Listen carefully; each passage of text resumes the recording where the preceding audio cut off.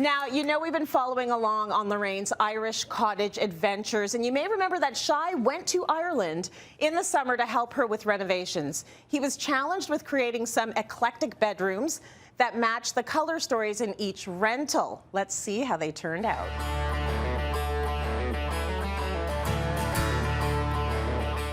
Wow! This cottage is a 1-bedroom, 1-bathroom, a kitchen connected, everything. So it's very small space. It's only 35 square meters total. Okay. So, again, by Canadian standards, condo standards, certainly, this is quite a large bedroom. Yeah. What I am noticing is that the ceiling is dropped here. So the ceiling is a little bit, look, I can reach it, right? Yes. So this is probably 7 feet. It's lower than what would be standard, certainly in North America, but this has that cottage feel. Now, here's the thing. Right away, I walked in, the first thing that I gravitated towards was not the sink and the toilet and all the fittings that the former owner has left, but the rosette on the ceiling, and this is plaster, this is original. It's beautiful, and we are not going to touch that because that is going to be the integral piece in the space, right? The floors, fantastic condition. Sand them down, restain them, big money saver. So skirting boards for our friends at home in Canada, the baseboards. We're talking about also the window wells. So the window wells seem to be, they are darker. You have the lighter stain on the floorboards, on the baseboards. What I'd like to see is perhaps we stain them. Here's the thing with wood, and this is the tip that I'd like to give people at home. Woods are beautiful because of the natural grain. When you paint over a wood, you're losing that, aren't you? You're losing that. Yeah. So a stain gives that beauty that comes through, but it's able to kind of hide the imperfections or at least bring it to the color that you want it to be. Okay. So I think that staining is going to be great. I already have ideas for furniture in here. I think you're going to be really excited and surprised by what I choose. Oh.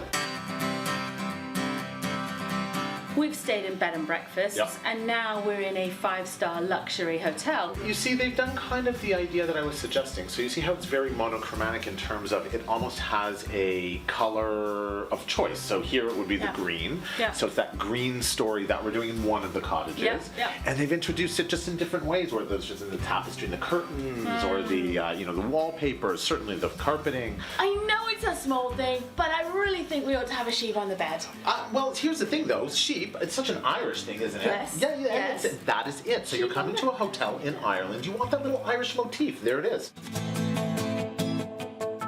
In here, we're a little bit challenged. We're gonna place the bed from here to here, dresser, hanging. We could maybe do, some sort of a bench or chair or something there. And have a nightstand, change the light fixture again. But here's the thing. We're gonna have our bed here. The light is gonna have to be semi-flush. We finished the floors, keep the original floors, they're fantastic. Now, this will be an easy room. After months of hard work, check out these bedrooms.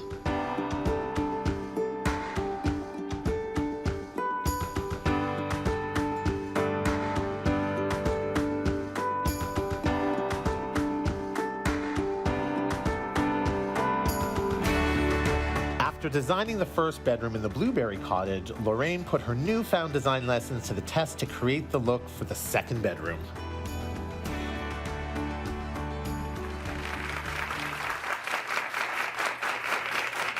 She is such a fast learner, and Shai, I would sleep in any of those rooms. I love how you could pass on some tips to her. You went all the way there to pass on these great tips and get her to design her own bedroom spaces. So we're going to go through the rules. We're going to talk about the do's and don'ts of creating our own eclectic spaces right now. And your first tip is do mix textures. Absolutely. So here's the thing with eclectic design. It is that design concept that can go very wrong very quickly if you don't do it correctly, because it just looks messy.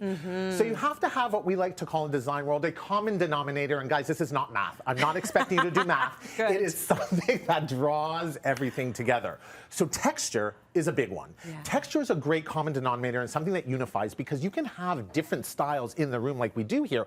Transitional, traditional, modern, contemporary, mid-century, all of those are in the space. But the texture in the different pieces is really what kind of ties that together. So bring that texture in. But Trace, look at the lamp next to you. Like, it's in unexpected ways. So we have this raffia wrap around the lamp. It's nice. Obviously, the more kind of like the ones that we would expect in the fabric. This is right? stunning. This and this, like so soft and like really good to the touch. 100%. And then you see, you know, this great piece. So we went to our friends at IKEA, and they have the roundhouse there, which is that kind of as-is area. When you're doing eclectic, this is perfect for it because you find those one-offs that you might not consider. This is the best space for it. Really good, and it just looks so cozy and calm. I love the greens. Okay, your next do leave negative spaces so it's not cluttered. You got it. Negative space is so important. You know, we think that in eclectic it's layer upon layer upon layer, and it is. Yeah. But negative space is important because otherwise it gets overwhelming.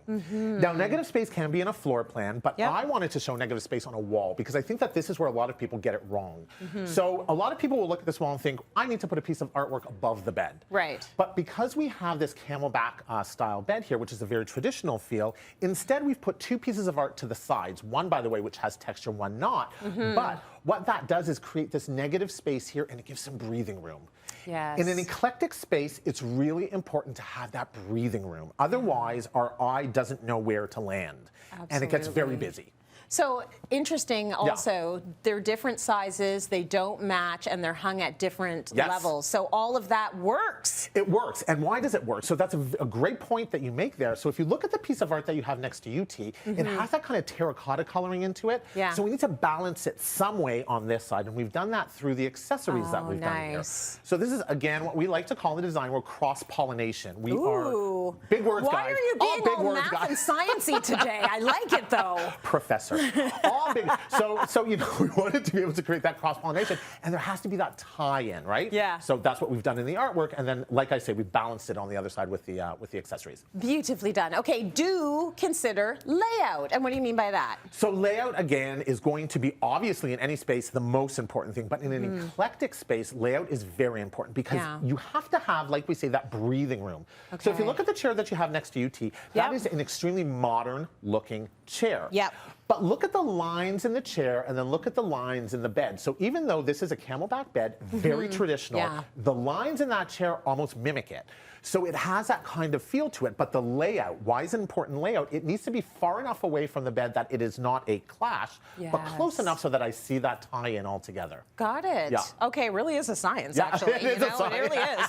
Okay, do consider utility. Absolutely. Utilitarian objects, obviously the utility of a bedroom is very important. What am I using it for? Is there access points to things? Do I have the nightstands? Am I able to hide my things in the nightstand that I don't want people to see?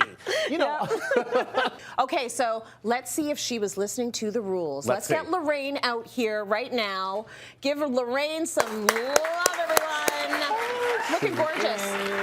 Okay, so you know the do's and don'ts already because he taught you this lesson in real life in your cottages. So what did you learn when you were attempting to do your own bedroom spaces after he left? So I even actually, my neighbor had her pictures hung too high, and I actually told her, hey, your pictures are too high. Nice. So you know, I'm learning. I made a monster. Right? I did. But I did learn a lot. Like, one of the things that I did was I made my own curtains. You know, we found fabrics, they weren't in curtains, so I actually sewed them up, bought a sewing machine. But you can do curtains with just magic tape. You don't even have to do a sewing machine. You're speaking my language. Oh, it was great. It was great. And one of the things that I did with the help of Keith, of course, was the bed in Blueberry. You saw that. And it had lovely ceramic bowls on the bed knobs. They're like bed knobs and broomsticks. Old-fashioned. It was an old bed.